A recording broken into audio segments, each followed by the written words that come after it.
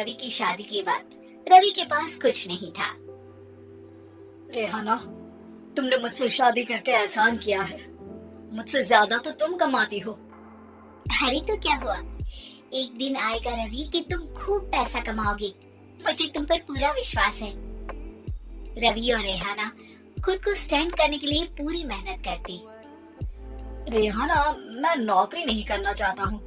तो कोई बात नहीं, मैं नौकरी करके घर चलाती हूँ, तुम बिजनेस सेट करने की कोशिश करो।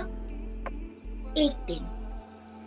रेहाना, तुम जानती हो, मैंने जो विज्ञापन बनाने वाली कंपनी खोली थी ना, उसे बड़ी ब्रांड का ऑफर आया है। अब हम लोगों के दिन प्यारे न्यारे हो गए हैं। मैं जानती थी रवि कि एक दिन तुम सेटल हो जाओगे। रवि का काम अच्छा चल जाता है। एक दिन वो रेहाना से कहता है, रेहाना, अब हम लोगों का बच्चा भी हो गया है। बहुत छोटा है वो, उसका ख्याल कैसे रखेंगे हम? कैसे क्या, मैं गांव से माँ को लेकर आ जाती हूँ। नौकरी से हाफ डे ले लिया करूंगी। अभी तो वो छोटा है, स्कूल जाने तक मैं मैनेज कर लूंगी।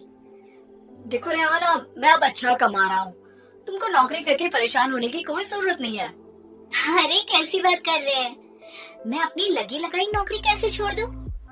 और मैंने तो सुना है हम लोगों को कुछ ही महीनों में सरकारी नौकरी मिल जाएगी। सरकारी नौकरी में कितना कमा लोगी? उतने में तो मैं ड्राइवर रख लूंगा। रेहाना को रवि की बात का थोड़ा बुरा तो लगता है। कम से कम मेरी नौकरी की इतनी बेइज्जती मत करो। भूल गए, इसी नौकरी के बदौलत तुमने अपना बिजनेस खड़ा किया है। अरे वो तो मैं किसी के भरोसे भी कर लेता। देखो, अपने बच्चे को संभालो, घर का काम करो। अब बाहर जाती तुम अच्छी नहीं लगती हो।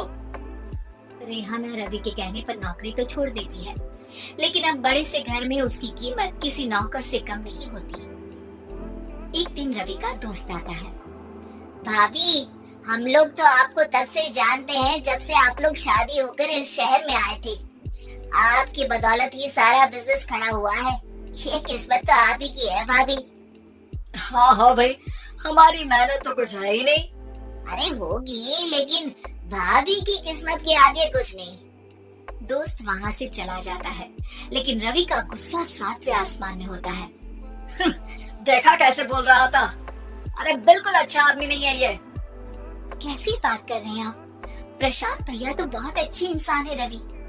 कैसे उन्होंने हमारे मुश्किल वक्त में हमारा साथ दिया था। अरे था पैसा तो साथ दिया, नहीं तो कौन पूछता है?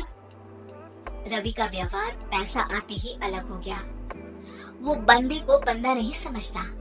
घमंड से घिरे रवि ने तो एक दिन हद ही कर दी। रेहाना, मैं अब तुम्हारे साथ नहीं रह सकता हूँ। क्या क्या बकवास कर रहे हो रवि? क्या कहना चाहते हो? और क्यों नहीं रह सकते तुम मेरे साथ? देखो, मुझे कोई और पसंद है और उसके साथ रहने पर बस यही शर्त रखी है कि मुझे तुम्हें तलाक देना होगा।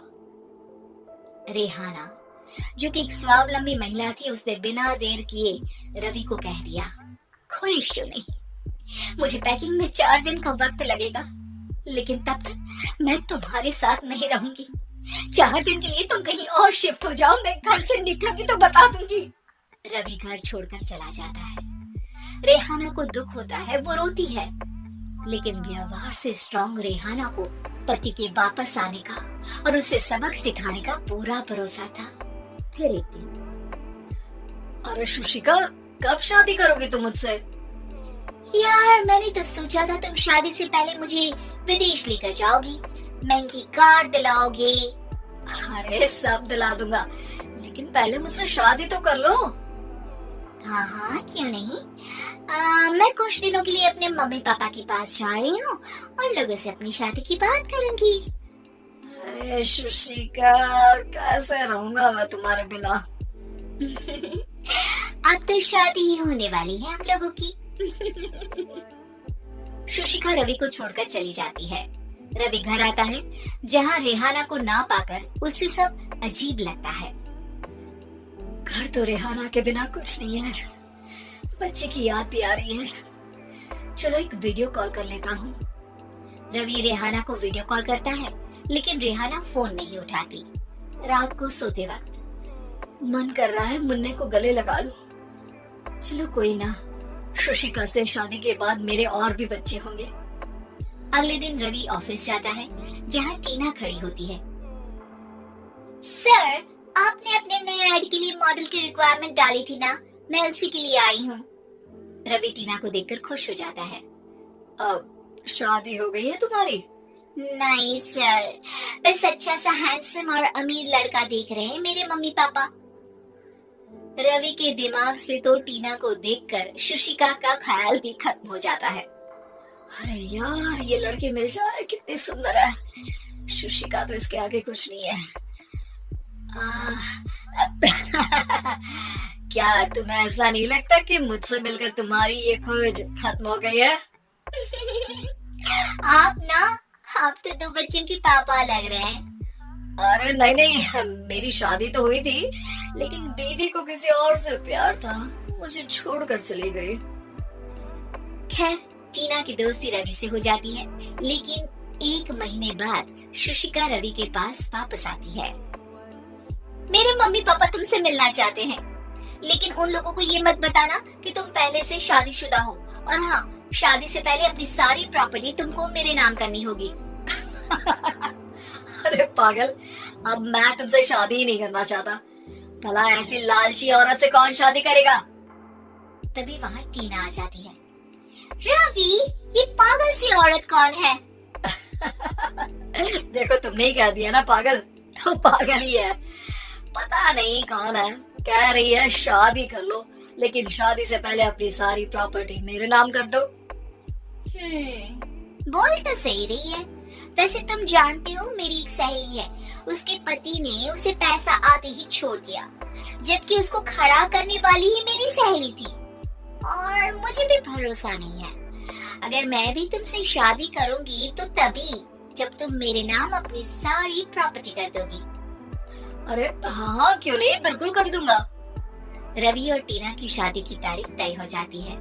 वो अपनी सारी प्रॉपर्टी के कागज लेकर शादी वाली जगह पर पहुंचता है, लेकिन वहाँ टीना आती नहीं। रवि टीना को मैसेज करता है, कहाँ हो? सॉरी, मैं तुमसे शादी नहीं कर सकती, मुझे तुमसे भी ज्यादा पैसे वाला मिल गया। रवि को गुस्सा आ जाता है। वो गुस्से से सारा डेकोरेशन तोड़ रहा होता है कि वहाँ रेहाना आ जाती है।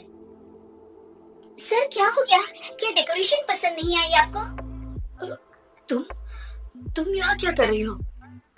मैं यहाँ के डेकोरेटर हूँ। क्या आपको पसंद नहीं आई यहाँ की सजावट? रवि दौड़कर रेहाना के गले लग जाता है। मुझे माफ कर दो रेहाना। रवि रेहाना के गले लग जाता है और रेहाना टीना को थैंक्स का मैसेज करती है।